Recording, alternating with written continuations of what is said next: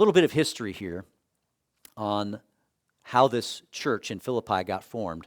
We're not going to go there. I would encourage you, though, to take time as we go through Philippians to maybe go back on your own and read Acts chapter. I think reading Acts chapter 15 about the Jerusalem Council would be helpful. But then Acts chapter 16, right after it, is all about the founding of the church in Philippi.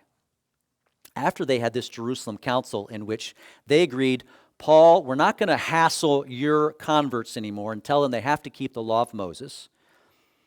We are going to ask them to do a few things just to keep things kind of kosher between the Jewish believers. But other than that, we're not going to ask them to keep the law. And so they actually sent a letter with Paul and the other people that went with them out to deliver to these churches to let them know, hey, if anybody comes from us and they tell you have to keep the law, they're not on board with what we decided here. So this is our decision at this council. But then after that, Paul went on what we call today his second missionary journey. He had already gone on one missionary journey, this big loop throughout Asia and Europe. He had established some churches, preached the gospel of Christ, bringing in many Gentile people. And then they had this Jerusalem council because there were all these questions. And then he starts his second missionary journey, his second loop around Europe and Asia to establish more churches, but also to build up the existing ones. But as he started on his journey, he got a visit or a dream, I think it was a dream. And somebody in his dream called him, said, please come to Macedonia. And so he knew this must be from the Lord. And so he stopped the direction that he was going, and they decided to go to this region called Macedonia. And the capital city of Macedonia is, guess what? The city of Philippi. And so I'm just going to give a quick summary. He goes to Philippi, and the first thing that he does is he goes to where the Jewish people meet. They didn't have a synagogue there. They probably didn't have enough people, but there were these Jews who met by the river, and it was kind of led by this lady, this woman, whose name was Lydia. Evidently very wealthy because she sold purple things. That was something that you would do if you're wealthy. But he preached the gospel to her about Christ and what he did, and she became a believer. Then they preached Christ throughout the whole city, and then at one point, there was a fortune teller, a slave girl, that was going after them saying, oh, these are the people of God, and Paul kind of got fed up and turned around, and he cast the evil spirit that was within her. And that caused all kinds of ruckus in the city. And ultimately, Paul and his compadres, the people that were with him, were beaten and sent to jail. And then finally, ultimately, through a miracle, there was a miraculous earthquake that happened, and they were released. And the jailer, who was about to kill himself because, oh man, I failed at my job here, they came to him and preached Christ to him, and he believed. And throughout that whole event, Paul makes note to the leaders who put him in jail that he was a Roman citizen, and they did a boo-boo because they were not supposed to do that to a Roman citizen without a fair trial anyway. And so they were pretty upset about that. So they asked him ultimately, could you just leave? You're causing so much turmoil in our city. And I know we didn't do the right thing, but do you think you could just move along?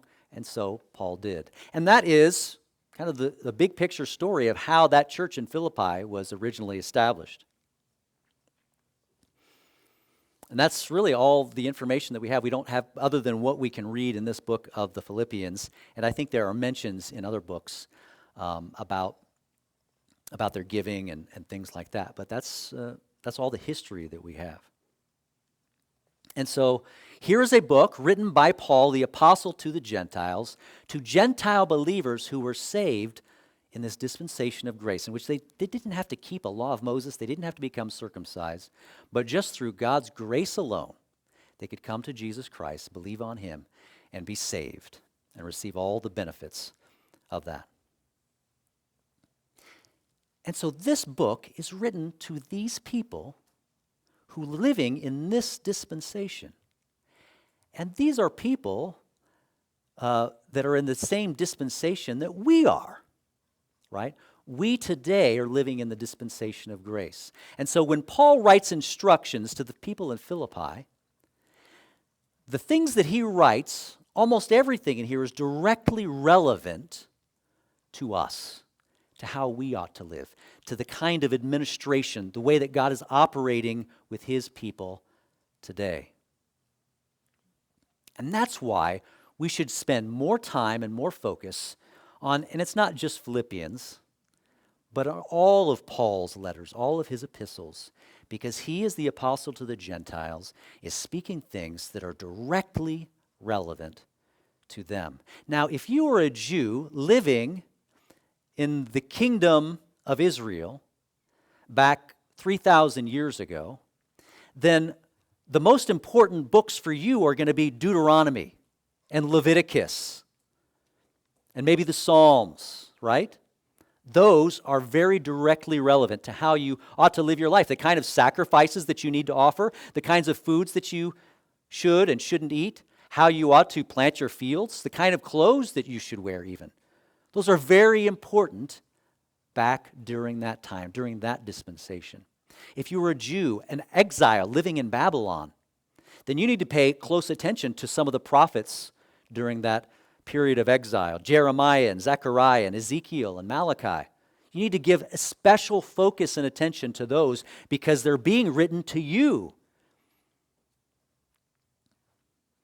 If you are a Jew, and this is looking into the future, who's going through this 7-year tribulation that is coming, then you need to give a special attention to other books like the book of Revelation or some of the, specifically the Gospels, actually.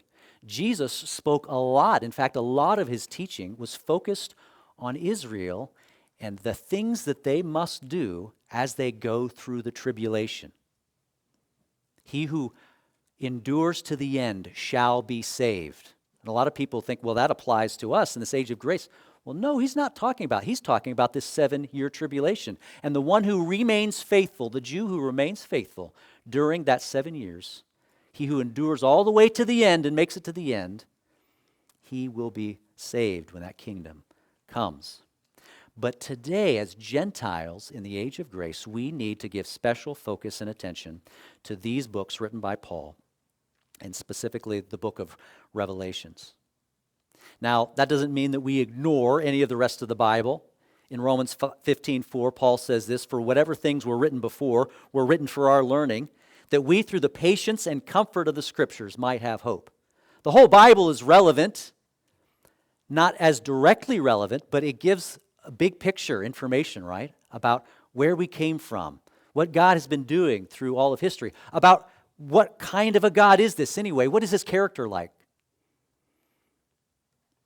And also, in 2 Timothy 3:16, Paul says this, "All Scripture is given by inspiration of God and is profitable for doctrine, for reproof, for correction, for instructions in righteousness, that the man of God may be complete, thoroughly equipped for every good work." So all of Scripture, from the very beginning to the very end, is profitable for us, and we shouldn't ignore any of it by any means. But I think it would do us well as we dedicate our lives to reading and studying the Scriptures to give extra focus to these letters written to the churches who are under grace, because this is where we are living right now. These are the instructions specific to us.